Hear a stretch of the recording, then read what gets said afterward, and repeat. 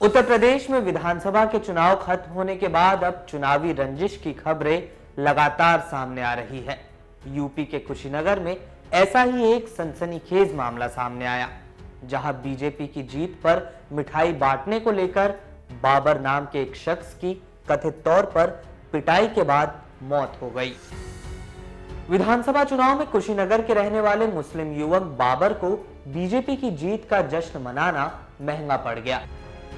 दरअसल यूपी के कुशीनगर में मुस्लिम युवक बाबर की कुछ लोगों ने बीजेपी का प्रचार करने और सरकार बनने पर मिठाई बांटने को लेकर 20 मार्च को पिटाई कर दी थी, जिसके बाद युवक को गंभीर हालत में अस्पताल में भर्ती कराया गया था, जहां रविवार को बाबर की मौत हो गई। खबरों के मुताबिक मौत के बाद जब युवक का शव गांव पहुंचा तो आक्रोशित परिजनों और गांव के लोगों ने बाबर का अंतिम संस्कार करने से भी मना कर दिया। 20 मार्च को बाबर के साथ हुई मारपीट का आरोप उसके रिश्तेदारों पर ही है।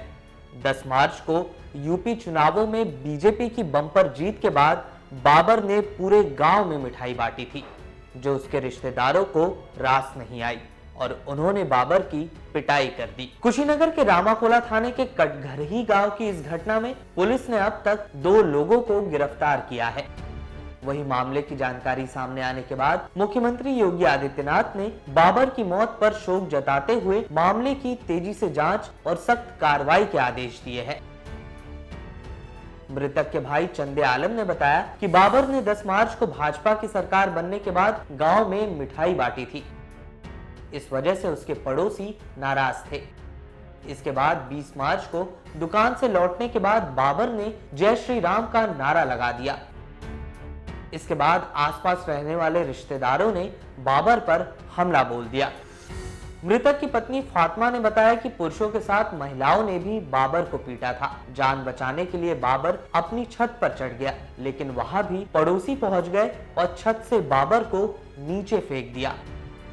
वही मृतक की मां ने कहा कि छत से गिरे बाबर को रामाकोला सीएचसी में भर्ती कराया गया, जहां से जिला अस्पताल और फिर उसे लखनऊ रेफर कर दिया गया। लखनऊ में इलाज के दौरान बाबर की रविवार को मौत हो गई।